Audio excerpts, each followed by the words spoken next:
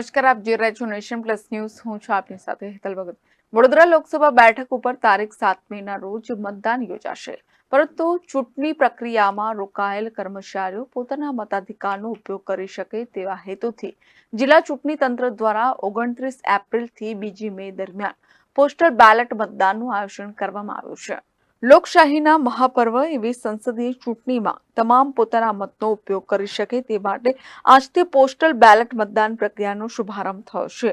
જે અંતર્ગત વડોદરા લોકસભા મત વિસ્તારમાં સમાવિષ્ટ 144 રાવપુરા વિધાનસભા મત વિસ્તારમાં વહીવટી તંત્ર દ્વારા ફેસિલિટેશન સેન્ટર તૈયાર કરવામાં આવ્યું છે. કાર્ય વિભાગ સ્થિત સરદાર વિનય વિદ્યા મંદિર ખાતે આજરોજ સરકારી કર્મચારીઓ દ્વારા 2 તબક્કામાં પોસ્ટલ બેલેટ વડે મતદાન કરવામાં આવ્યું હતું. કુલ 3700 સરકારી કર્મીઓને ટ્રેનિંગ પણ આપવામાં આવી છે. સૌથી વધારે સરકારી કર્મચારીઓ રાવપુરા વિધાનસભામાં આવે છે, જે અંતર્ગત પોસ્ટલ બેલેટ વોટિંગ પ્રક્રિયા સુચારુ રૂપે કરાઈ હતી.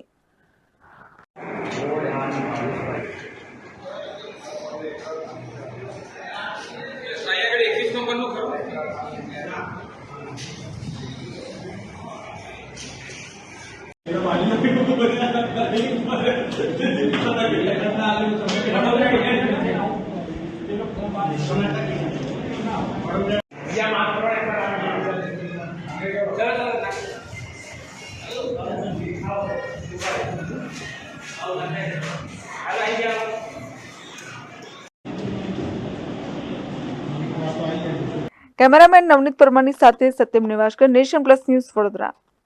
સમાચારોના સતત અપડેટ માટે નેશન પ્લસ ન્યૂઝના યુટ્યુબ ચેનલને સબસ્ક્રાઇબ કરો, બેલ આઇકન દબાવો અને ફોલો કરો ઇન્સ્ટાગ્રામ, ફેસબુક અને ટ્વિટર પર.